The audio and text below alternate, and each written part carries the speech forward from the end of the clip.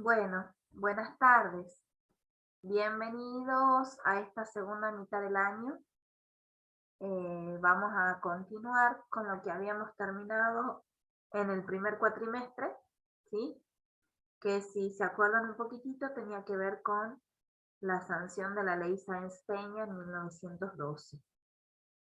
Antes de que avancemos, decirles que solo voy a estar con ustedes este lunes y el que viene, porque ya desde septiembre van a tener un profesor en la presencialidad, ¿sí? No obstante, me parecía que debía continuar con el contenido para que ustedes lleguen lo más lejos posible con el programa. Recuerden que van a poder rendir tranquilamente a fin de año o en las mesas del 2022 y yo recién voy a volver en el mes de mayo, ¿sí? Así que, bueno, nada, compartir con ustedes este tiempo que me queda y sé que se dificulta poder tener conectividad desde sus casas para que tengamos nuestra clase virtual y para que después puedan llegar en tiempo y forma al instituto. Por eso decidí grabarle las clases para que no tengan problema con eso. La clase de hoy y la del lunes que viene vamos a trabajar con las presidencias radicales. Con la sanción de la ley electoral o ley Sáenz Peña de 1912, donde el voto se convierte en secreto, obligatorio, universal y masculino, se abre nuevamente en juego, se pone en escena, quiero decir, la aparición de nuevos partidos.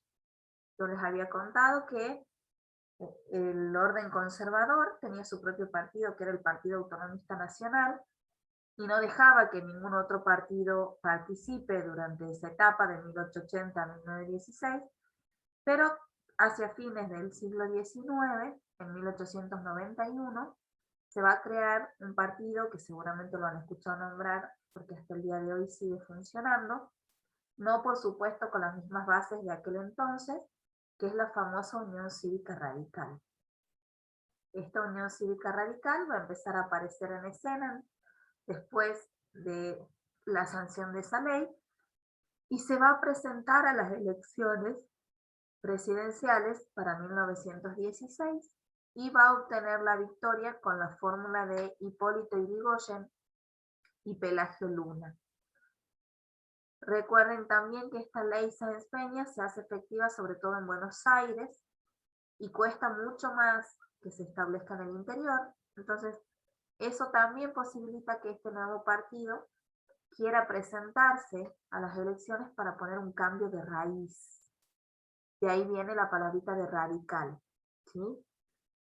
Por supuesto que en 1916, cuando Hipólito Yrigoyen llega a la presidencia, en el contexto internacional se estaba llevando a cabo la Primera Guerra Mundial, donde la Argentina había decidido mantenerse neutral, no iba a participar. Sin embargo, las repercusiones no tardarían en llegar.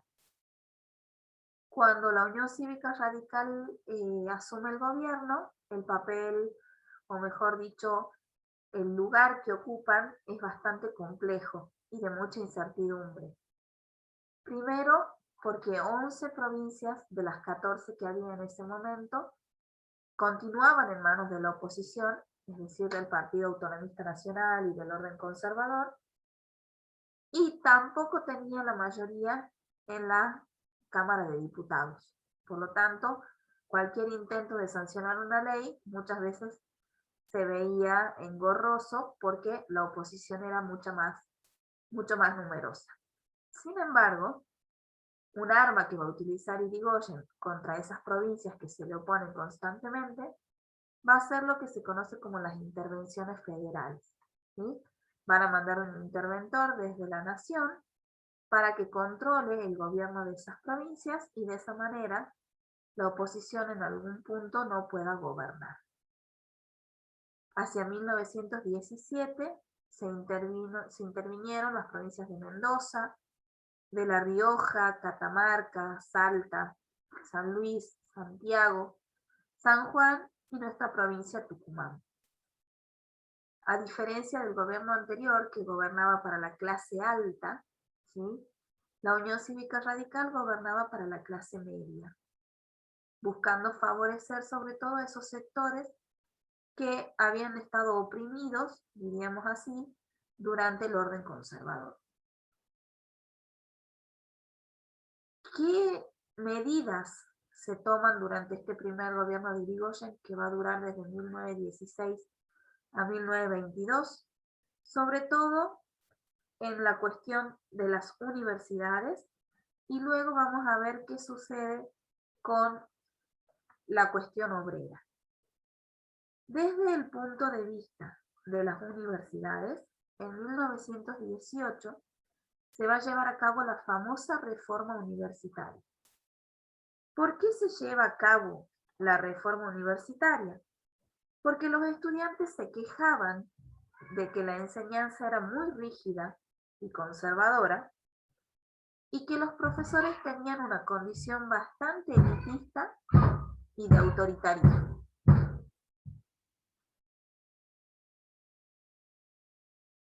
El primer estallido, el foco donde se va a desatar el conflicto, va a ser la provincia de Córdoba, donde se decide cerrar el internado de estudiantes de medicina. Piensen que la provincia de Córdoba es demasiado amplia y muchos venían del interior a estudiar y se alojaban en una especie de internados o de residencias, ¿sí? Para poder terminar la carrera. Entonces, esto repercute en las provincias de Buenos Aires y en La Plata, que eran las mayores universidades creadas hasta ese momento en el país, y es por eso que dan lugar o que piden que se lleve a cabo una reforma. ¿Qué es lo que se va a reformar? En primer lugar, se pide que los estudiantes puedan participar del gobierno de la facultad, es decir, que haya un cogobierno entre docentes, graduados y estudiantes, que la universidad tenga cierta autonomía, es decir, que el poder político no tenga influencia en ella, ¿bien? El acceso por concurso a los cargos y la periodicidad de los mismos, porque los profesores tenían cargos vitalicios, ¿sí? Ejercían la profesión hasta que se morían. Piden que exista también una extensión universitaria a la sociedad, ¿sí? Para conocer qué hace la universidad como institución educativa o como institución que genera otros tipos de conocimiento. Se pide también la libertad de cátedra para enseñar e investigar, la creación de cátedras paralelas, es decir, que una misma materia se dicte en distintos horarios y con distintos profesores, y que las cátedras también sean libres, o sea, con distintos pensamientos. Por supuesto que la gratuidad y el acceso masivo se va a llevar a cabo hacia 1949, pero el arancel que se les cobraba en un primer momento era dentro de todo bajo, lo que le permite a la clase media poder acceder a la universidad, que era algo hasta ese momento impensado, porque solo accedía la gente de clase alta. Entonces ahí entra en escena esto que yo les contaba recién, de que la universidad de que Irigoyen va a gobernar para las clases medias. Es interesante ver que también durante el orden conservador, la clase obrera prácticamente no existía, ¿sí? Estaba siendo reprimida en un montón de cuestiones, sobre todo en lo que tenía que ver con los derechos laborales, ¿sí? Pero durante esta presidencia de Irigoyen se va a llevar a cabo lo que se llamó la Semana Trágica, que va a tener dos focos, uno en la provincia de Buenos Aires y otro en la Patagonia. ¿Cuál va a ser el mecanismo que va a tener Irigoyen para resolver estos conflictos con la clase obrera? Por un lado, la negociación y por otro, la represión cuando vean que no se puede controlar, ¿sí? Hacia 1919, entonces, va a ocurrir en enero un levantamiento de los trabajadores de unos talleres metalúrgicos llamado Bacena, con S y B corta, que habían hecho peticiones vinculadas sobre todo a lo laboral y que los patrones habían respondido negativamente usando la fuerza de las armas. La huelga se va a extender y va a obtener el apoyo de otras entidades obreras. Al ver el tamaño de esa manifestación, la policía va a intervenir, ¿sí? Y va a dejar un gran número de muertes y heridos. A todo esto se sumaba el despido por parte de los patrones de aquellos obreros que habían iniciado esas huelgas.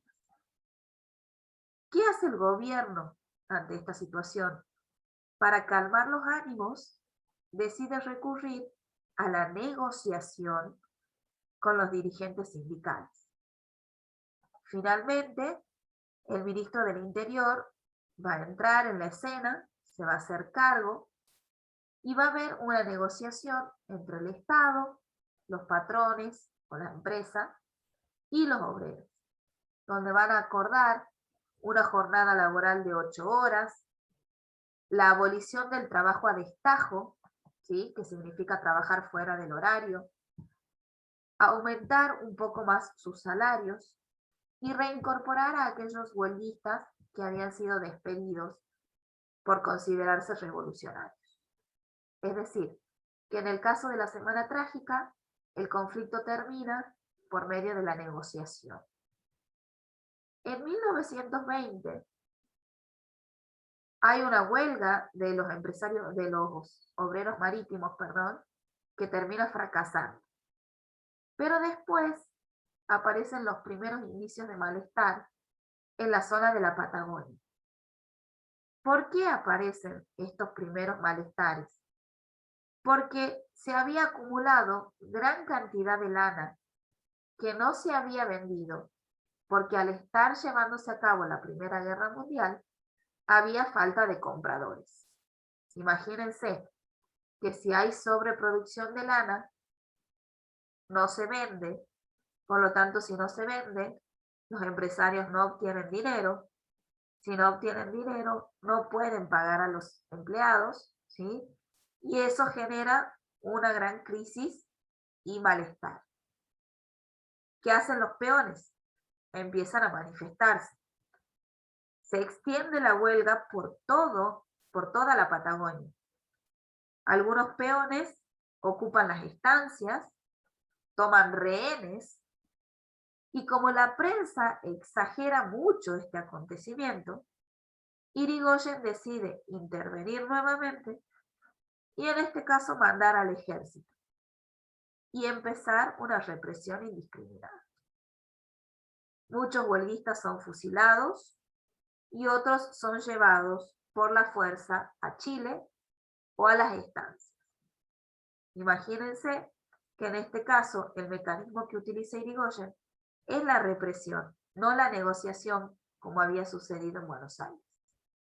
De esa manera, los conflictos obreros son característicos de estos gobiernos radicales, sobre todo por el impacto que generan. Mientras vemos que favorece en algún punto a la clase media con la reforma universitaria, no sucede lo mismo con el sector obrero. El sector obrero se ve, en este caso, muy perjudicado, ¿sí? Y ustedes van a ver más adelante cómo van a ir reivindicándose con la llegada de Juan Domingo Perón al poder. De esta manera va a terminar la primera presidencia de Irigoyen, que va a proponer como su sucesor a Marcelo Torcuato de Alvear, que va a asumir la presidencia en el año 1922. Tengamos en cuenta que venimos de un periodo de presidencias conservadoras, oligárquicas, de muchos años, y que si bien los oligarcas elegían a su sucesor, en este caso es el propio gobierno que había sido nuevo, que era tendencia, que marcaba un antes y un después, el que sí va a proponer a su sucesor, pero ese sucesor va a ganar democráticamente. no por medio del fraude, como venía sucediendo durante las presidencias oligárquicas. ¿Sí? Entonces, de esta forma vamos a terminar con el primer mandato radical y en la clase que viene ya vamos a trabajar con la presidencia de Alvear y la segunda presidencia de Irigoyen. Yo les voy a dejar como ayuda el link de unos videitos para que ustedes lo tengan en cuenta, sobre todo a la hora de rendir el final. No voy a pedir ningún tipo de trabajo práctico, pero sí les voy a pedir encarecidamente que cuando tengan un tiempo puedan ver, revisar, escuchar la clase y tomar apuntes para que ya quede listo para su examen final. ¿Sí? Cualquier duda o consulta, saben que lo podemos hacer vía WhatsApp o vía plataforma y siempre tratando de que ustedes se lleven el conocimiento acabado para aprobar la materia. ¿Sí? Que tengan un buen lunes y el lunes que viene les estoy grabando la otra parte de la clase para que ustedes puedan verla en algún momentito que puedan. Mucha suerte, cuídense.